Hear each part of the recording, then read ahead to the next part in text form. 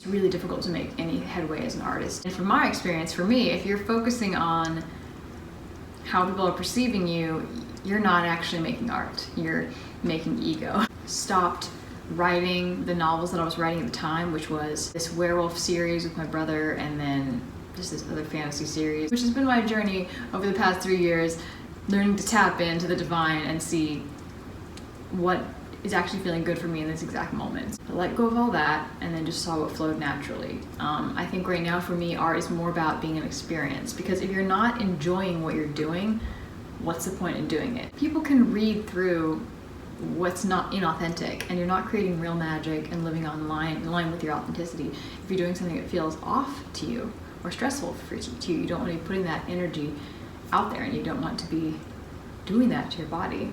It's actually been really fun to get back in touch with my inner child in that way, just like allowing myself to play. One of the main things I've created this past few years has been cards, because I realized one of the most authentic expressions of love and magic and art that I can create is when I'm making art for other people to try to make them happy and not to sell. So I started just making cards for my friends, handmade cards for my loved ones. When I left my coven earlier in the year, I still had these beautiful cards, and I had made them with so much magic and intention and love in my heart of this vision of this awakening of the earth coming together to celebrate the goddess and the god in these festivals. Since I had made these cards out of a labor of love and didn't have the option to then gift them to the people that I had made them for, I decided to go ahead and try selling these. Wicca is a fertility religion, so basically it aligns, like I said, with the cycle of the earth and the seasons. And that's going to be similar to the farmer's calendar, because you talk about when seeds are planted, you talk about when they are budding, you talk about when they are blooming, and then when they bear fruit, and then when the fruit is ripe for harvest. Also similarly, when a woman has a seed planted in her, when the flowers are blooming, when she's pregnant. And then Litha, when everyone is rowdy in the sun, the harvest festivals in the fall season.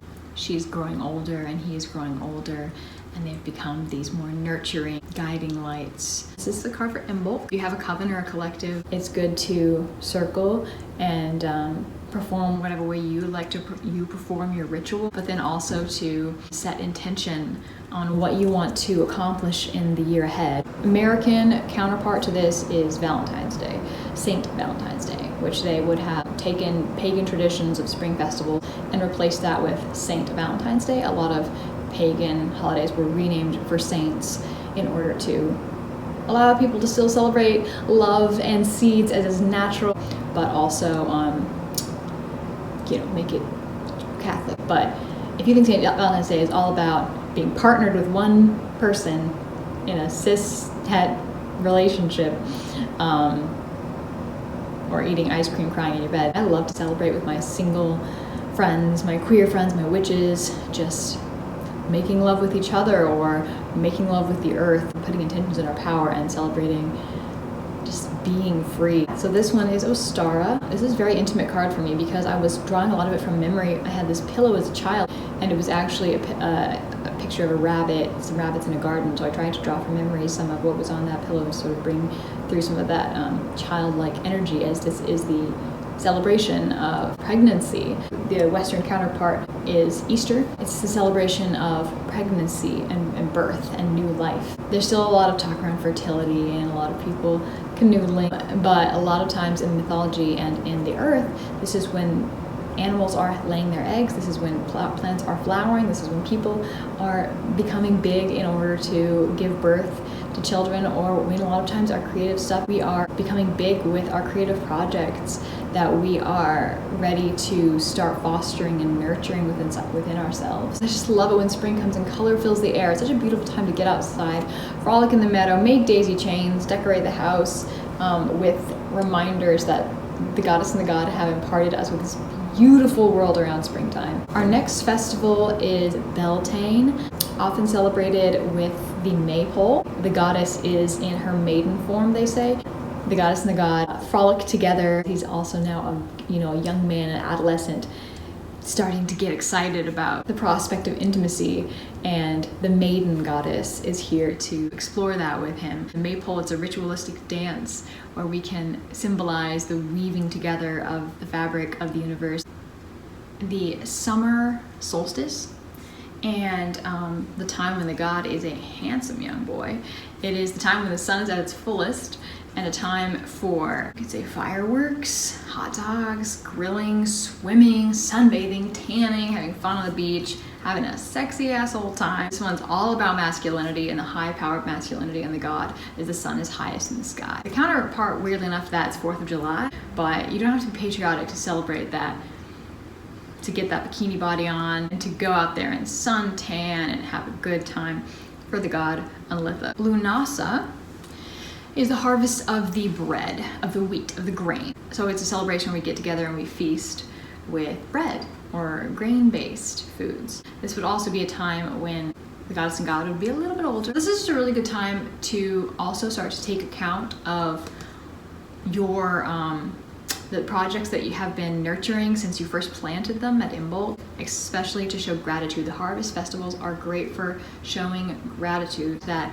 primal natural need to show gratitude and to celebrate with friends and loved ones, that the sacred need to celebrate with friends and loved ones and to show gratitude for our harvest. Mabon is one of my favorites. It's also known as the Witch's Thanksgiving. Thanksgiving kind of basically replaced the usual harvest festivals around this time. Thanksgiving itself is steeped in like some weird propaganda that centers around colonialism. It is basically just some story that they slapped onto what's always been there, which is this harvest festival and this festivals of abundance. I actually love getting to celebrate this, and I actually think Thanksgiving is an okay word to use for this festival. It makes perfect sense, as long as you're not celebrating along with that, the colonialism that many people think of when they think of it.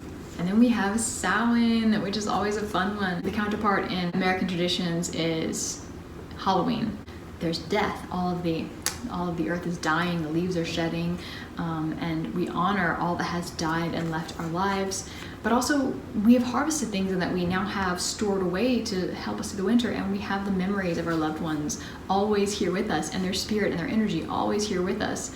So this is the time to, if you enjoy these things, to circle with a coven or collective and call upon the spirits. This is supposedly the time when the veil between the worlds is thinnest, so you can call upon the spirits of your dead relatives. You know, sometimes we don't always know, at least for me specifically, in what ways the afterlife and energies work, but I do know that there are a lot of parallels between belief systems and religions that work in the same way. But I also want to kind of honor the things that have left my life, the things that have died for me, the selves, my selves that have died, the gods or deities that have left me, left my life, and how I can honor and thank all the things that have left my life, and give to them, like give them food, give them love, give them energy, give them blessings, and honor them by repeating stories of them and in circle and toasting to them and eating in foods that they would like to eat, and listening all night and meditating for messages that they may want to impart to us. Also maybe wandering spirits, if you are a empath or a psychic or want to help other spirits that may be having trouble passing on, this can be a time to listen for messages from other spirits who are wandering. The last one, Yule, is obviously the Western American counterpart right now, is Christmas. It is a celebration for winter solstice. And so this is a time when we bring evergreens into the house, trees or holly or mistletoe, to brighten up our house. We light fires, we burn candles, we make warm baked goods with all that we have gathered throughout the year. This is a good time for gatherings, enjoying the fruits of our harvest and spending time with those that we have brought into our lives. This is really kind of a time for partying, to be honest with you, like obviously consciously, but just having a good time, getting cozy and hibernating a little bit, keeping yourself warm and loved with these kinds of things that you have brought into your life and that the goddess and God have blessed you with. I poured a lot of love and soul and wanting to spread this message into these cards. So if you want to buy one, all the information is in my description below. As I said, I've been trying to have art as an experience, to go outside and put out a canvas and just get together with friends and throw paint all over them. We just found these canvases on the side of the road. They were old pictures, and we've just been throwing art on them and putting our hands in the paint. Really, really fun. What I've wanted to do with canvases, and I'm definitely going to keep doing it with this one, is just take it to the park every time that we go and continue to just throw paint on it and touch it and put paint here and there. It's very like with music on. It's a very nice way to commune with people and share energy. It just feels good to be seen. And the idea that we were going to completely paint over it later gave us so much freedom to paint. And one of my favorite cool things about it is that she's actually colorblind, but that didn't inhibit her with this kind of abstract art from making really cool stuff. Like, doesn't this look super fucking cool? And we didn't think about any of it. That's the greatest thing. You just fly free and just dabble stuff everywhere. And we weren't being completely abstract. But this is one of my favorite sections right here that she painted. It wasn't supposed to be anything specific, but it definitely looks a little suspiciously specific to me, and I very much enjoy it. So I might actually hang this on my wall. I'm really loving the energy of it. Throwing paint on when I was hanging out with my friends. But it already looks kind of cool. I cut up some celery stalks from work and dried them out a little bit and used them as a print. Yeah, I did one like this last year. It was a painting of orgasmic experience, and it was something that came to me when I was having like a meditative orgasm, which I do occasionally, and see what messages comes through from the goddess. And it's so fun to just heal that part of yourself and allow those things to come through. Yeah, very lumpy, very curvy.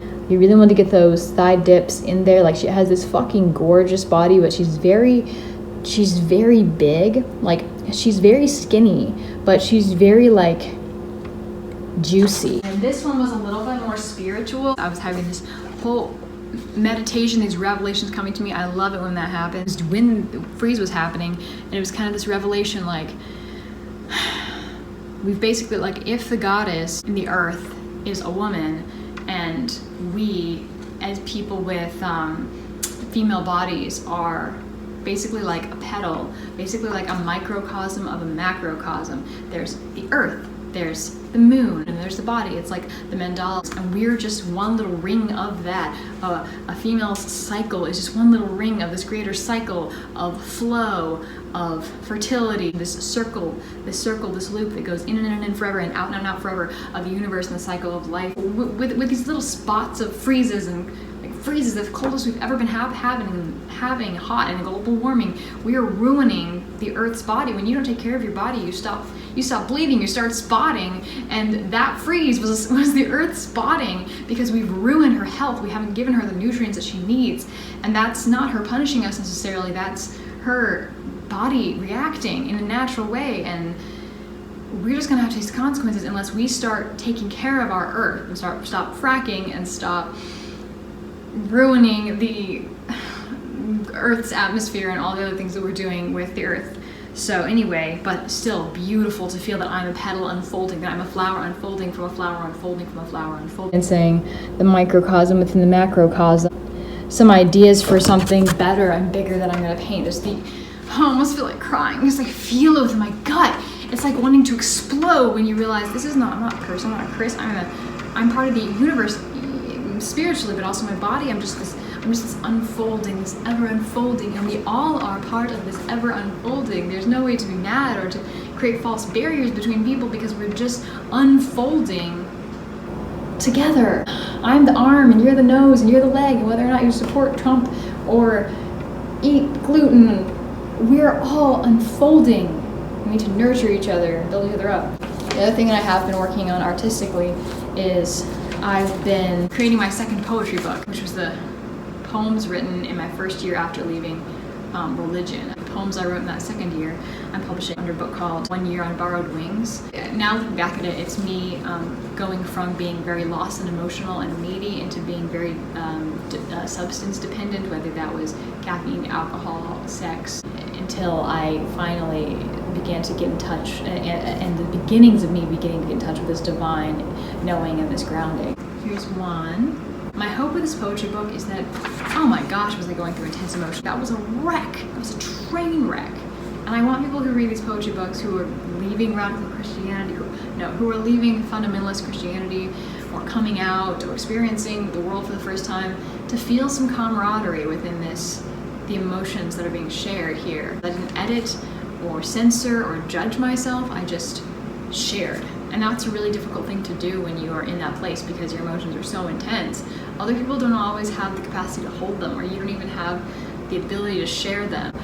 I hope that reading them helps other people kind of understand and resonate. And I'm really excited actually after this one to compile the next one of poems that I wrote in my 3rd year after being out and about, which is much more of just me getting in touch with that sacred sexuality, that groundingness within myself, that divinity of the goddess. I'm so excited. Minimalistic art style and simplistic. What I like about my poems, and I guess this is probably most poetry, is I don't set out to write them.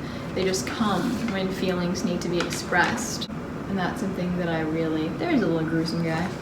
Many artists in the past have had businessmen as partners because our society that worships the god of capital is not really great on celebrating and honoring artists and magicians like they used to in the olden days.